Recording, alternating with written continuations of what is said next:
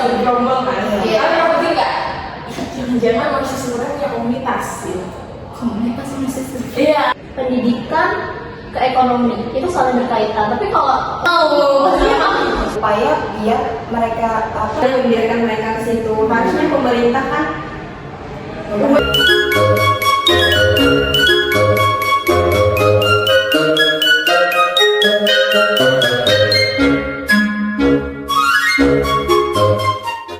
Halo Tomers, Jadi hari ini gue Risma Salsabila dan partner gue.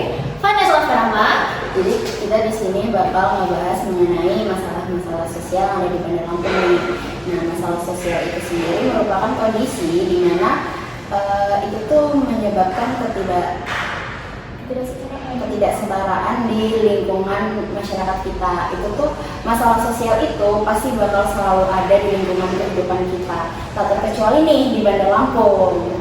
Nah, di wilayah Bandar Lampung sendiri tuh kita menemukan banyak sekali permasalahan-permasalahan sosial, terutama seperti kriminalitas, pengangguran, kemiskinan. Nah, pada episode kali ini kita akan membahas permasalahan sosial yang ada di Bandar Lampung, yaitu mengenai manusia silver.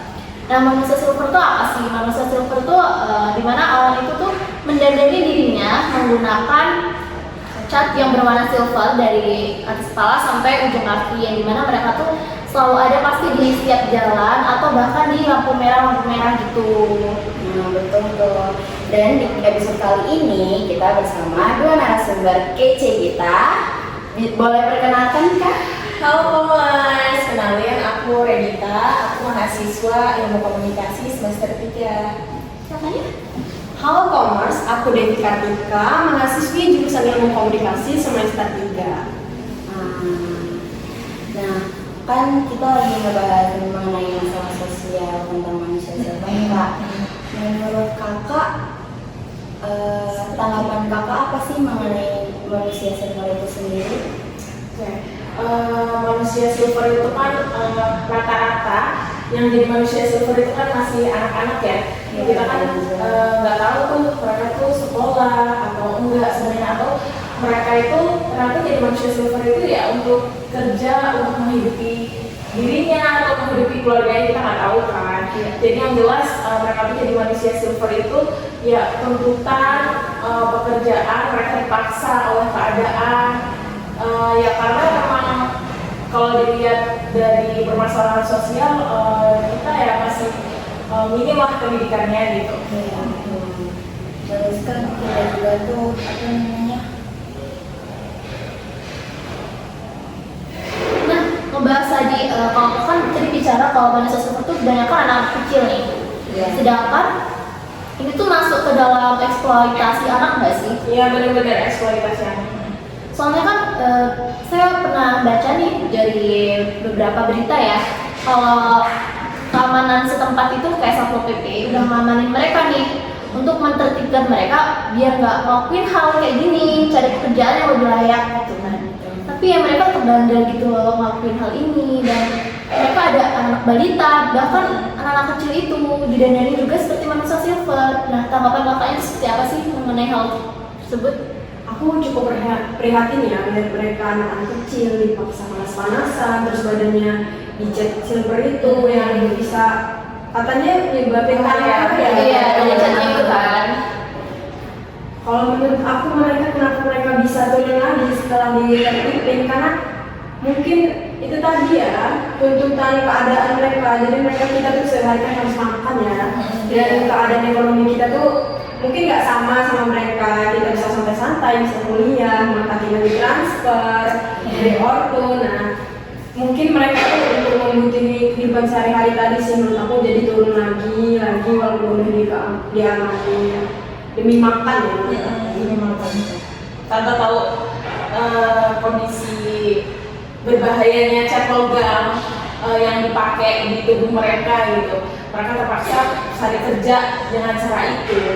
Tapi menurut kalian sendiri udah pernah lihat sih kayak polisi atau Satpol PP yang langsung menangani? Kalau dari aku sendiri aku belum pernah melihat hal tersebut kan.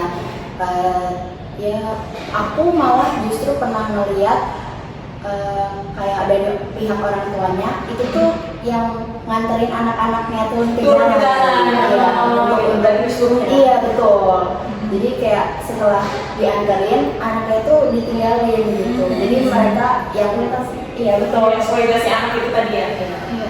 Dan menurutku juga pemerintah di sini kayak ya tadi kan pertanyaannya kayak Satpol PP itu udah turun tuh Iya, untuk iya. merazia apa namanya maksudnya aku sendiri kayak kurang yakin pemerintah ini kayaknya kurang apa ya, Kurang tegas gitu. kurang tegas untuk apa namanya membubarkan manusia silver itu. Nah menurut aku ya itu tuh nggak cukup dibubarin aja. Kenapa mereka muncul lagi? Ya, Kita bisa harus cari masalahnya kenapa sih mereka bisa ke situ? Kenapa orang tuanya membiarkan mereka ke situ? Harusnya pemerintah kan aware ya terhadap masalah itu. Kenapa sih mereka bisa begitu?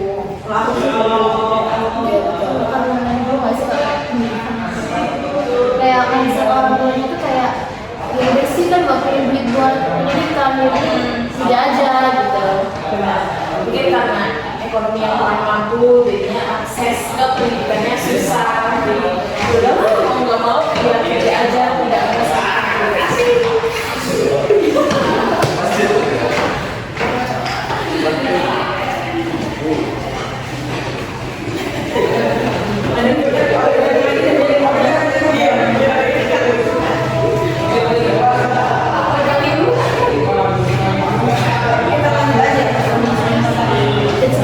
Nanti mau dikat aja sama tangan pertanyaannya. Jadi ini kayaknya kuat banget. Kayaknya sih.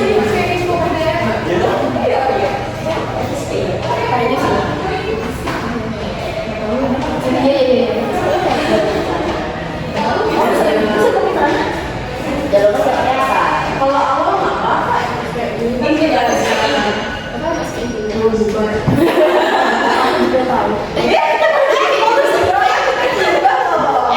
Kita bahas ke mana ya? Tadi tuh sampai pemerintah kayaknya kurang aware sama manusia silver. Kamu lagi jawaban kamu. Jadi jawaban kamu ini naik. Jadi jawaban kamu aku kedengeran. Oh iya. Ini menurut aku ya pemerintah khususnya di Lampung, aku sendiri belum lihat nih manusia silver itu benar-benar ditertibkan sama satuan ini Satpol PP.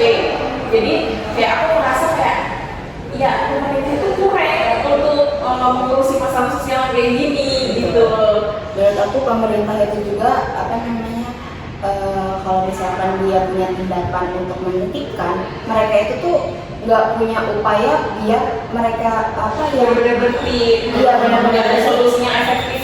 ya mereka juga nggak ngasih lapangan pekerjaan buat mereka ini Bener. stop gitu menjadi manusia silver yaitu Kan tadi orang bilang kan ibunya nganterin. Iya. Nah menurut orang sebagai Gen Z itu pertanggungjawaban orang tuanya gimana ya?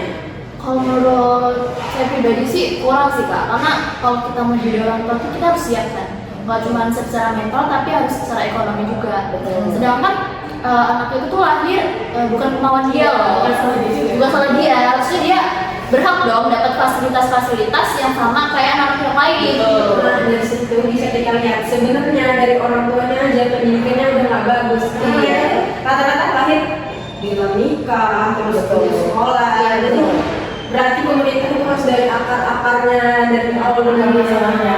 Kalau enggak, ya siklusnya akan berulang terus kayak gitu. benar karena itu akan berputar nanti si anak ini turun ke jalan terus dia kayak melakukan pergaulan bebas juga kan itu bisa menyangkut kan Iya. terus Akhirnya ya siklusnya berulang iya, terus. terjadi seperti itu Berarti pemerintah itu harusnya lebih fokus ke pendidikan ya, karena Betul. pendidikan itu bikin kita keluar dari ekonomi yang rendah tadi, mengubah pola pikir, jadi mungkin kita siklus itu terputus. Kalau di tempat Fania sendiri ada Gimana nggak? nih? Kalau di tempatku kan aku emang dari desa ya, aku dari Lampung Timur. Kalau masalah pendidikan sih udah pada mana ya? Udah kayak kalau cewek juga mau lanjut S1 juga mereka mikirnya kayak udah sih nggak apa-apa gitu. Tapi kalau itu tuh dari masyarakat tuh punya stereotip sendiri gitu loh, Kak, tentang cewek yang S1. Mereka mau bolehin cewek itu S1, tapi kebanyakan ya belum lulus S1 atau baru lulus S1, baru kerja berapa bulan nikah. Jadi aku penggunanya Iya, jadi masyarakat doang juga loh. jadi masyarakat tuh mikirnya kayak nanti juga S1 ujung-ujungnya nikah juga, belum juga ngebalikin Rumah tangga lagi. iya, belum juga ngebalikin apa duit yang kamu gunain buat kuliah itu belum Budi ya. iya, itu belum mencukupi gitu. Kamu udah nikah gitu, udah Baik lagi. banyak orang gitu. Betul. Kalau di daerah aku sendiri itu ada beberapa yang emang udah melek soal pendidikan, tapi ada juga yang emang masih kayak udahlah itu udah cukup gitu, kayak ya mereka mas-masan gitu yang ujungnya jadi pengangguran gitu. Bahkan ada yang sampai kayak jadi pecandu kayak gitu. Emang serem banget gitu.